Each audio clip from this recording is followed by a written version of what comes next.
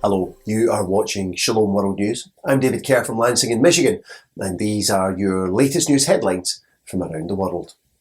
A pro-life police officer from Louisville in Kentucky has won compensation from the city's authorities after they suspended him for praying outside an abortion clinic.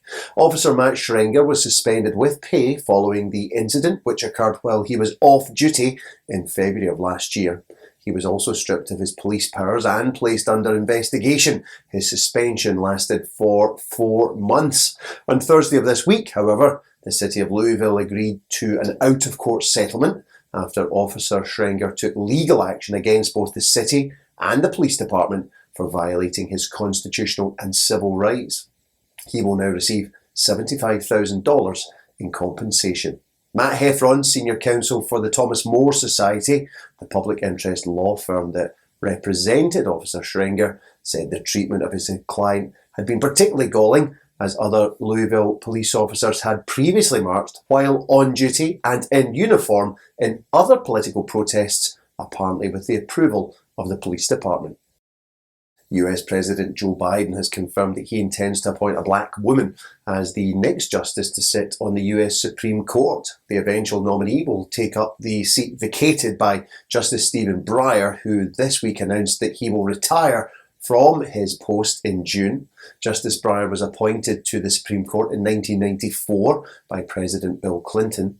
President Biden says he'll announce his pick for the Supreme Court by the end of February.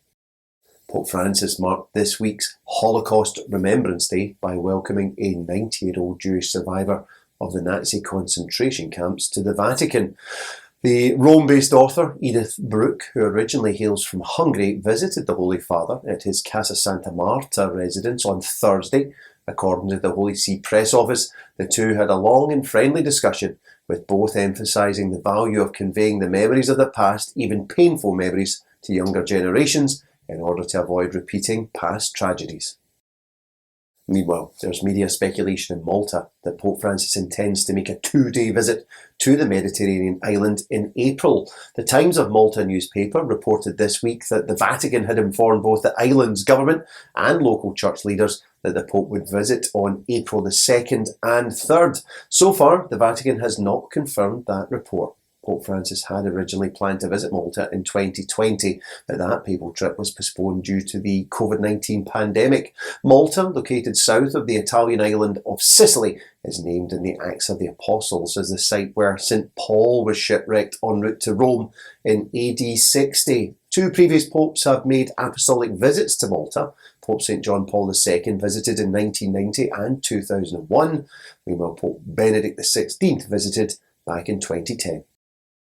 A parish church in northeast Argentina is to host a mass of reparation this Sunday after its sanctuary was desecrated by vandals. The Church of San Anselmo is situated in the Diocese of 9 de Julio to the east of the capital city of Buenos Aires. During the attack, the vandals damaged the sacred altar and a statue of Jesus Christ.